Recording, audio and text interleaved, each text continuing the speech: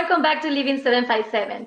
Quincy, during the last 2 months, you know that COVID-19 has changed the way that we interact with our loved ones and each other. So our next guest, she is Andrea Denton from Cox Public Affairs. We're going to welcome her right now. How are you, Andrea?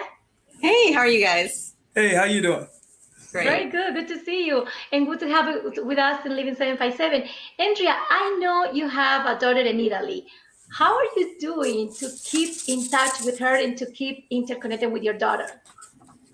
Well, luckily she's been there 3 years now, and we have had Wow. a lot of practice. So we were pros before COVID-19 ever came along. We have we've always communicated with FaceTime very regularly, and then once my grandson was born, a little over a year ago, way more important to keep in touch with FaceTime and all different ways. So, like I said, we've been practicing this social distancing way too much. We're ready for her to come home. So for Absolutely. you, okay, go ahead, Quincy.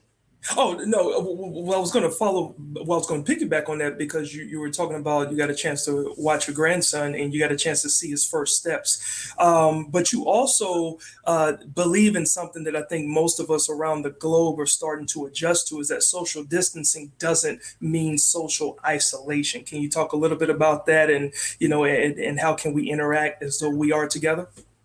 Yeah, absolutely. So I wake up and one of the first things I do, so she's 6 hours ahead.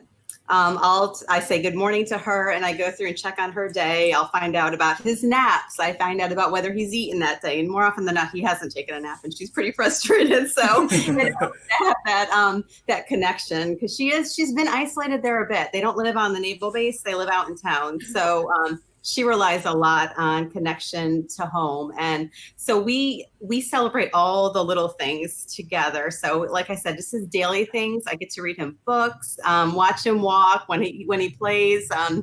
I get to see his toys. And when I send gifts there, we make sure that we celebrate by opening the gifts together and, interacting as if we were together. So we might share recipes and meals, and all the things in between. And when he was a brand new baby, with the time difference, 3 o'clock in the morning, baby's not sleeping. I'm awake with her, so she's got somebody to message and kind of be with her, even though she's nowhere near. So Awesome. yeah. So for you, you mentioned like your daughter has been 3 years already out of the country overseas. So it's like you already have some practice trying with the technology, right? But for those that they do not have that practice, do you have any tips for them in order to be connected? Yeah, so I mean, we use FaceTime, but we also message on WhatsApp. There's so many different ways to keep in touch.